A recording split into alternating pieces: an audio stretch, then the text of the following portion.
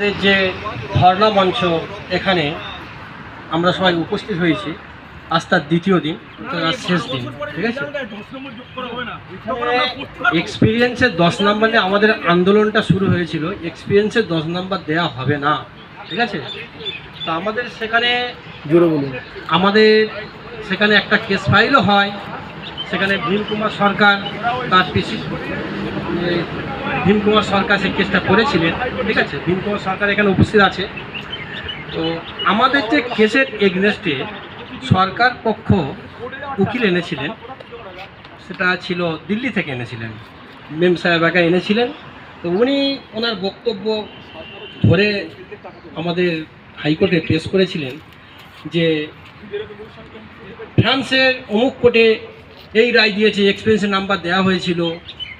কানাডার অমুক হাইকোর্টে এক্সপেন্সের নাম্বার নিয়ে মামলা হয়েছিল, এক্সপেন্সের নাম্বার দেওয়া হয়েছিল।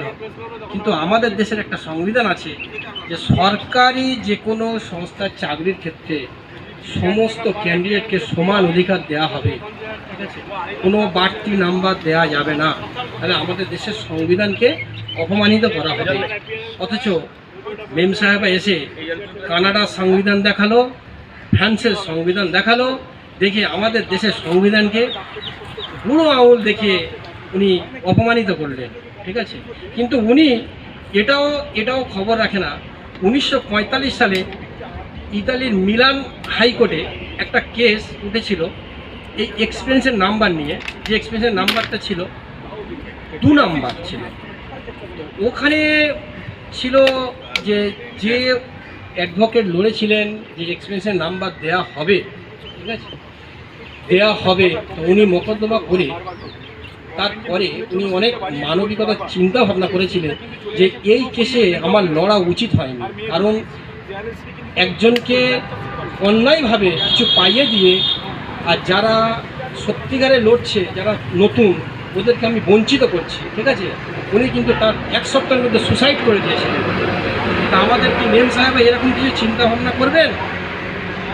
কিন্তু আমরা এটা চাই না যে উনি সুসাইড করুক। ওনার শুভবুদ্ধি সম্পন্ন হয়ে উনি রাস্তায় এসে জনসম্পর্কে বলুক যে 10 নাম্বারটা এটা একেবারে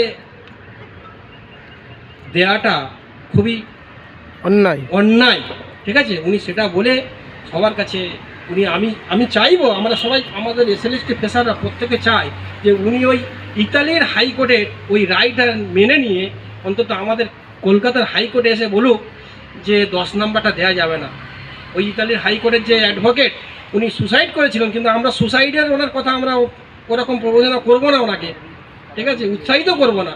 কিন্তু উনি তো ওনার শুভবুদ্ধি সম্পন্ন কবে উদয় হবে না, শুভবুদ্ধিটা অস্ত্র গিয়েছে সেটাও আমরা জানি না। উদয় হোক, আমরা চাই ওনার শুভবুদ্ধি উদয় হয়ে অন্তত সেই এক্সপিরিয়েন্সের 10 নাম্বারটা বাতিলের পক্ষে উনি একটা কথা বলুক, ঠিক আছে। আর আরও কিছু কথা যেটা বলবো, যে মুখ্যমন্ত্রী বলছেন যে MA পাস PhD করে ওরা চপ মুড়ি ঘুগনি মুড়ি বিক্রি করে, তাই ওদের যোগ্যতার মাপকাঠিটা রাস্তায় নামিয়ে এনেছে। আর অথচ ওনার মন্ত্রী, ওনার MLA গুলো যে ঠান্ডা করে বসে থাকে, তারা মাধ্যমিক পাস, কেউ মাধ্যমিক পাস, কেউ মাধ্যমিক ফেল, কেউ উচ্চ মাধ্যমিকও পাস করেনি। তারা গিয়ে যে চেয়ারে বসে সেই চেয়ারের কিন্তু অপমানিত করা, ঠিক আছে। তো আজ আমি আমার এই এসএলএসটি পেশার বন্ধুদের বলবো, যারা বাড়িতে বসে আছো, আমরা কি শুধু আমাদের জন্য এসছি?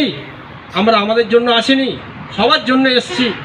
শিক্ষা ব্যবস্থাটা এমন একটা জায়গায় পৌঁছে গিয়েছে যেখানে বেসরকারি স্কুল 5 বছর প্রতিষ্ঠিত হতে না হতে সেখানে হাজার হাজার স্টুডেন্ট যাচ্ছে। আর আমাদের সরকারি গভর্নমেন্ট চালিত স্কুলগুলো, সেখানে দেখবেন যে টিচারের অভাবে সেখানে শিক্ষার্থী কত আছে? 15 জন, 20 জন, 30, 40 জন, ঠিক আছে। এটা বলা যায় সরকার পক্ষ বেসরকারি শিক্ষা প্রতিষ্ঠানকে স্পন্সর করছে, ঠিক আছে, বেসরকারিকে তারা উৎসাহিত করছে। আর আমাদের বিশেষ করে আমাদের ওয়েস্ট বেঙ্গলে যে শিক্ষা চালু আছে তাতে 20% ছেলে মেয়ে স্কুলে যায়, আর সরকারি স্কুলে তার মধ্যে যায় মাত্র 3%, মাত্র। বাকি সব বেসরকারিতে যায়। বেসরকারিতে গিয়ে যারা যারা যেসব, আর এই যে শিশু শ্রমিক এত বাড়ছে কেন? শিশু শ্রমিক এই জন্য বাড়ছে, যাদের বাবা মারা তাদের স্কুলে পাঠাতে পারছে না, ঠিক আছে, যাদের বাবা মারা তাদের স্কুলে পাঠাতে পারছে না, তাদের ছেলে মেয়েকে কোথায় রাখবে? বাড়িতে বসিয়ে রাখবে? যা কলকারখানায় কাজে শিশু শ্রমিকও বাড়ছে। এর জন্য দায়ী আছে সরকার, ঠিক আছে। তার নির্দিষ্ট পঠন পাঠনের কোনো ব্যবস্থা করেনি। শিক্ষক, যেখানে শিক্ষক প্রয়োজন সেই শিক্ষক নিয়োগও করতে পারছে না, ঠিক আছে। শুধু SLST ঘাবলা মার্কা একটা পরীক্ষা নিল, ঠিক আছে, সেই ঘাবলা মার্কা একটা পরীক্ষা নিয়ে কি করেছি, 32,000 ভ্যাকান্সি করেছি। 32,000 ভ্যাকান্সির মধ্যে ওদের আছে 12,000 করেছে, আর বাকি যেগুলো আছে 42,350 জন ইন সার্ভিস পরীক্ষা দিয়েছে, ঠিক আছে। এই ইন সার্ভিস যারা পরীক্ষা দিয়েছে তারা 10 নম্বরের ভিক্ষাবৃত্তি নিয়ে তারা প্রত্যেকে চাকরির জন্য আসছে। দাগিগুলো যেমন আসছে 10 নম্বরের ভিক্ষাবৃত্তির জন্য, আর ইন সার্ভিস যারা আগেও চাকরি করছে, যাদের আমন্ত্রণপত্র পাঠানো হয়েছিল যে তোমরা প্রত্যেকে পরীক্ষা দাও, তোমাদের পরীক্ষা দিলে তোমাদের বাড়ির কাছে চাকরি করার দায়িত্বটা আমরা নেবো, ঠিক আছে, তারা প্রত্যেকে পরীক্ষা দিচ্ছে, 10 নম্বরে ভিক্ষা নিচ্ছে, ঠিক আছে, নিয়ে তারা তাদের 9-10 টিচার থেকে 11-12 টিচার হচ্ছে, মাইনে বাড়াচ্ছে। অথচ এই যে বলছে 12,000 ভ্যাকান্সি ছিল, 32,000 করে নতুন যে নিয়োগ করছে, অথচ না, এই যারা টিচার 2016 সালের আগেকার টিচার যারা আছে ওরা এই তারপরে আছে আমাদের আপডেটও করা হয় না। আপডেট যেহেতু 1 লাখ আছে, 1 লাখ আপডেটও করা হয় না, ঠিক আছে। SLST 2000 এক্সপায়ার প্যানেলে যারা চাকরি করছে ওদেরও বাদ দেওয়া হয়নি ওর জন্য, ঠিক আছে। আর একটা কথা,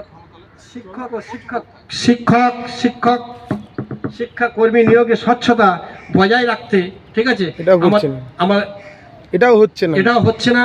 OMR প্রকাশও জনসম্মুখে আনা হচ্ছে না। সমস্ত কিছুর মধ্যে একটা ঘাবলাবাজি কারবার করে রেখেছে, ঠিক আছে। আমি আমার সহপাঠীদের বলবো, যারা ঘরে বসে আছো, ঠিক আছে, তারা রাস্তায় নামো। রাস্তায় না নামলে তোমাদের ওই যে মার্কশিটগুলো আছে ওগুলো ছাপা প্রিন্ট পেপার হিসাবে ছিঁড়ে ফেলে দিতে হবে।